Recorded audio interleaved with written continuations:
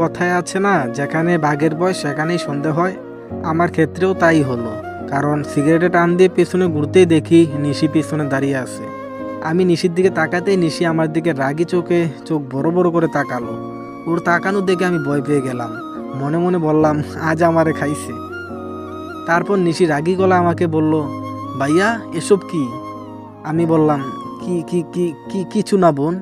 নিশি আমার কথা শুনে আরো রেগে গিয়ে আমার দিকে অগ্নিদৃষ্টি নিক্ষেপ করে বলল, ওই কে তোর বোন? কিসের বোন? আমি বললাম, কেন, তুই তো আমার আপন চাচাতো বোন। নিশি রেগে গিয়ে বলল, খবরদার, বোন বললে খবর আছে। আমি কারো বোন না। আর খারাপ ছেলেদের সাথে মিশে সিগারেট খাওয়া হচ্ছে, তাই না? দাঁড়াও, এক্ষুনি বড় আব্বুকে ডাকছি। আমি বললাম, এই না প্লিজ, তুই যা বলবি তাই করব। প্লিজ আব্বুকে কিছু বলিস না, তাহলে আব্বু আমাকে মেরেই ফেলবে। তখন নিশি বলল, যা বলবো তাই করবে তো? আমি নরম সুরে ভয়ে ভয়ে বললাম, এভাবে বলছিস কেন? নিশি বলে, আগে বলো না যা বলছি তাই করবে। আমি বললাম, হ্যাঁ বল কি করতে হবে। নিশি বলল, ঠিক আছে, আমাকে শক্ত করে তোমার বুকে জড়িয়ে ধরো। আমি ওর কথা শুনে অবাক হলাম, পিচ্চি মেয়ে বলে কি? তারপর আবার নিশি বলল, কি হলো ধরো। আমি বললাম, বেশি পাকনামু করতেছস কিন্তু। নিশি বলে, তুমি ধরবে কিনা সেটা বলো। আমি বললাম, না, ধরতে পারবো না। নিশি বলে, ঠিক আছে, আমি এক্ষুনি বড় আব্বুকে ডাকছি।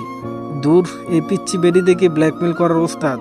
তারপর আমি বললাম, থাক, আর ন্যাকামু করে ডাকতে হবে না, ধরছি। আমার কথা শুনে নিশি লজ্জা পেল। তারপর আমি ওর কাছে গিয়ে আস্তে করে ওকে জড়িয়ে ধরলাম। নিশি আমার বুকে কান পেতে চুপচাপ হৃদস্পন্দন শুনতে লাগলো। ওকে জড়িয়ে ধরার সাথে সাথে আমারও অনেক ভালো লাগা কাজ করছিল। এভাবে জড়িয়ে ধরে 5 মিনিট থাকার পর নিশিকে আমি ছেড়ে দিলাম।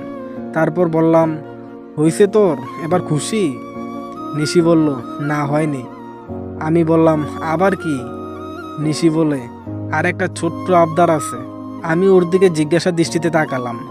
ও লজ্জামাখা মুখ নিয়ে বলল, এবার একটা চুমু দাও। আমি তো মনে হয় এবার আসমান থেকে পড়লাম। পিচ্চি কয় কি? বললাম, কি বলছিস তুই এগুলো? নিশি বলে, উফ, তুমি কি শোনো না? চুমু দিতে বলছি, চুমু। আমি রাগী কণ্ঠে বললাম, থাপ্পড় কোন দিকে খাবি? তুই চুমুর কি বুঝিস? নিশি বলে, আমি অনেক কিছুই বুঝি। আমি ওর কথা শুনে থ হয়ে দাঁড়িয়ে আছি। পিচ্চি দেখি পাকনা হয়ে গেছে। এতটা পাকনা পিচ্চি কখনো দেখিনি। তারপর নিশি আবার বলল, কি হলো, চুমু দিবে না? আমি বললাম, না, দিব না। নিশি বলে, ঠিক আছে, দেওয়া লাগবে না। বড় আব্বু বলার আগে আমি ওর মুখ চেপে ধরলাম। কি ভাবছেন হাত দিয়ে ধরছি? না রে ভাই। বড় আব্বু বলার আগে আমি আমার ঠোঁট দিয়ে ওর ঠোঁট চেপে ধরলাম, মানে যাই হোক, বুঝে নেন। আমার ঠোঁটের স্পর্শ পেয়ে নিশি আচমকাই চমকে ওঠে আর সাথে সাথে কেঁপে উঠল। আমি ছেড়ে দিতে চাইলেও নিশি কোনো মতে আমার ঠোঁট থেকে আলাদা করতে দিচ্ছে না। এভাবে আরও 5 মিনিট থাকার পর জোর করে নিশির থেকে নিজেকে ছাড়ালাম। ছাড়ার পর নিশি আর আমি দুজনেই হাঁপাতে লাগলাম। কিছুক্ষণ পর নিশি বলল, ভাইয়া কেমন টেস্ট লাগলো? আমি বললাম, খুব পাকনামু শিখে গেছিস তাই না? দাঁড়া, দেখাচ্ছি মজা। বলেই ওকে একটা তাড়া দিলাম, আর তাড়া খেয়ে নিশি এক দৌড়ে বাসার ভিতরে চলে গেল। আমিও কিছুক্ষণ বাইরে থেকে বাসার দিকে চলে গেলাম। তারপর সরাসরি আমার রুমে চলে আসলাম। এসে একটু ফেসবুকিং করলাম। একটু পর রাতের খাওয়ার জন্য নিশি এসে ডেকে গেল। খাওয়ার সময় আমার পাশেই আবার নিশি বসলো। নিশি এসে আমাকে বলল, ভাইয়া আমি তোমাকে খাইয়ে দেই। ওর কথা শুনে সবাই মুচকি মুচকি হাসছে। তারপর আমি বললাম, কেন, আমার কি হাত নেই? আমি কি খেতে পারবো না? তখন নিশি খুব মায়াভরা স্বরে বলল, প্লিজ একটু খাইয়ে দেই না। পাশ থেকে আব্বু বলল, এত করে বলছে খেতে, তোর কি সমস্যা? দূর, সবসময় আব্বু ওর সাপোর্ট কেন নেয় জানি না। তারপর আমি বললাম, ঠিক আছে দে। তারপর নিশি আমাকে নিজের হাতে খাবার খাইয়ে দিচ্ছে। খাওয়ার সময় হঠাৎ আমি একটা কথা বললাম, যেটা শুনে সবাই হতভম্ব হয়ে গেল। কারণ কথাটি হলো, আমি কালকে ঢাকায় চলে যাচ্ছি। সবাই তো অবাক, জিজ্ঞেস করলো কেন যাব। আমি বললাম, আমার ঢাকা ভার্সিটিতে অ্যাডমিশন হয়ে গেছে, গতকালই ইমেল আসছে। চাচি বলল, সে কি, কালকেই যেতে হবে? আমি বললাম, হ্যাঁ চাচি, কালকেই যেতে হবে। চাচি বলল, ওখানে থাকবে কোথায়? তোর তো অনেক কষ্ট হবে। আমি বললাম, আমি ম্যানেজ করে নিব, এগুলো নিয়ে তোমাদের চিন্তা করতে হবে না। তারপর আবার সবাই খাওয়া দাওয়া শুরু করলো। নিশির দিকে তাকিয়ে দেখলাম আমার যাওয়ার কথা শুনে ওর মনটা অনেক খারাপ হয়ে গেছে, কিন্তু কি করব, আমার তো যেতেই হবে। খাওয়া দাওয়া শেষ করে আমি আমার রুমে চলে গেলাম। আমি রুমে যাওয়ার কিছুক্ষণ পর দেখি নিশিও আমার রুমে চলে আসলো। এসে আমাকে জড়িয়ে ধরে কাঁদতে লাগলো। আমি তো হয়ে দাঁড়িয়ে রইলাম। তারপর ওকে জিজ্ঞেস করলাম, আরে এই নিশি, কাঁদছিস কেন? নিশি বলে, আমি তোমাকে কোথাও যেতে দিব না। আমি বললাম, আমি তো একেবারে চলে যাচ্ছি না, আমি পড়াশোনা করতে যাচ্ছি। পড়াশোনা শেষ করে আবার ফিরে আসবো তো, আর ছুটি পেলে তখন এসে ঘুরে যাব। নিশি বলে, তবুও তোমাকে যেতে দিব না। আমি বললাম, পাগলামো করিস না, ছাড় আমাকে। নিশি বলে, তুমি কেন বোঝো না? আমি বললাম, কি বুঝি না? নিশি বলে, আমি তোমাকে অনেক ভালোবাসি, আমি তোমাকে আমার থেকে দূরে যেতে দেব না। আমি বললাম, ঠিক আছে, তুই আর একটু বড় হ, আর আমিও পড়াশোনা শেষ করে আসি, তখন এসে তোকে বিয়ে করব। এবার খুশি? নিশি বলে, তুমি আমাকে মিথ্যা সান্ত্বনা দিতেছো, আমি জানি। আমি বললাম, না রে, সত্যি। নিশি খুশি হয়ে বলে, সত্যি? আমি বললাম, হ্যাঁ রে পিচ্ছি। তখন নিশি বলে, ওখানে গিয়ে অন্য মেয়েদের দিকে আবার ড্যাব ড্যাব করে তাকিয়ে থেকো না। আমি বললাম, আচ্ছা বাবা, তাকাবো না, এখন যা, আমার অনেক গোছগাছ বাকি আছে। নিশি বলে, আমি করে দেই প্লিজ। আমি কিছুক্ষণ ভেবে বললাম, আচ্ছা ঠিক আছে, দে। তারপর নিশি আমার জামা কাপড়গুলো সুন্দর করে প্যাক করতে লাগলো। আমি শুধু ওর দিকে তাকিয়ে দেখছি। কিছুক্ষণ পর প্যাক করা হয়ে গেলে আমি বললাম, এখন তো যা, আমি ঘুমাবো। নিশি বলে, আজকে তোমার সাথে ঘুমাই? আমি বললাম, তুই কি পাগল হয়ে গেছিস? যা বলছি। নিশি বলে, আচ্ছা ঠিক আছে, যাচ্ছি। তারপর নিশি আমার রুম থেকে চলে গেল। 2 দিন আগে শেভ করেছি, তাই আর শেভ করলাম না। ফ্রেশ হয়ে এসে ঘুমিয়ে পড়লাম। সকালে ঘুম থেকে উঠে গ্রামের বাইরে ফ্রেশ হাওয়া খেতে এলাম। গ্রামে সকালটা এত সুন্দর লাগে তা বলার বাইরে। যারা গ্রামে থাকে তারাই শুধু এর মর্ম বুঝতে পারবে। ঘোরাঘুরি করে এসে ফ্রেশ হয়ে নাস্তা করে নিলাম। সকাল থেকে বিকেল পর্যন্ত নিশিকে সময় দিলাম আজ। আমার গাড়ি রাতে, কিন্তু শহরে আগে পৌঁছাতে হবে, তারপর গাড়ি ধরতে হবে, তাই বিকেলে রওনা দিতে হলো। আমাকে গাড়িতে তুলে দিতে আব্বু, চাচু আর নিশি সাথে এসেছে। বিদায় নেওয়ার সময় আম্মু আর চাচি অনেক কান্না করেছে। গ্রামের মেঠোপথ দিয়ে হেঁটে যাচ্ছি। আব্বু আর চাচু আগে আগে হাঁটছে, আমি আর নিশি একটু পেছনে। দুজনে চুপচাপ হয়ে আছি। হঠাৎ নিশি বলে উঠল, রাকিব ভাইয়া। আমি বললাম, বল।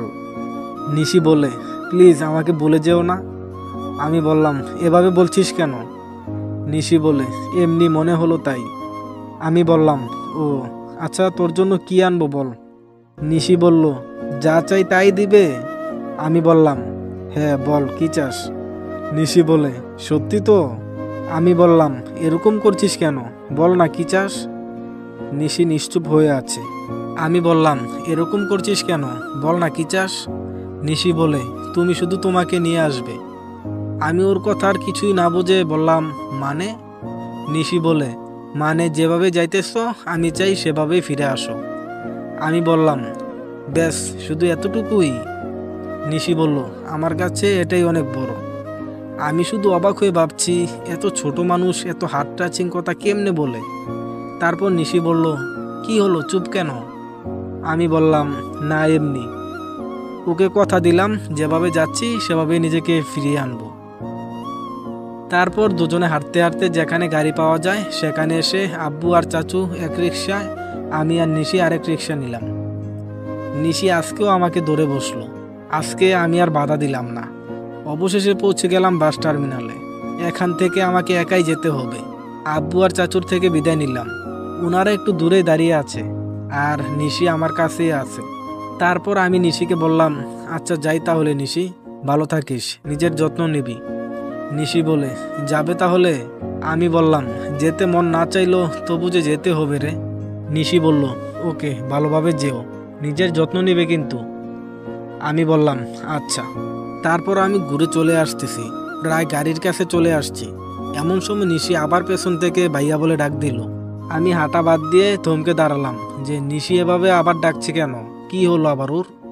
এসব ভাবতে ভাবতে যখনই সামনে থেকে নিশির দিকে ঘুরে তাকাবো তখনই নিশি এসে আমাকে জড়িয়ে ধরে খুব জোরে জোরে কান্না করতেছে। কান্না করতে করতে আমার শার্টটাই ভিজিয়ে দিয়েছে। নিশির এই অবস্থা দেখে আমি ওকে বললাম, এই পাগলি, এ কি হয়েছে, কাঁদছিস কেন? নিশি বলে, না আমি তোমাকে কোথাও যেতে দিব না, আমি তোমাকে ছাড়া থাকতে পারবো না।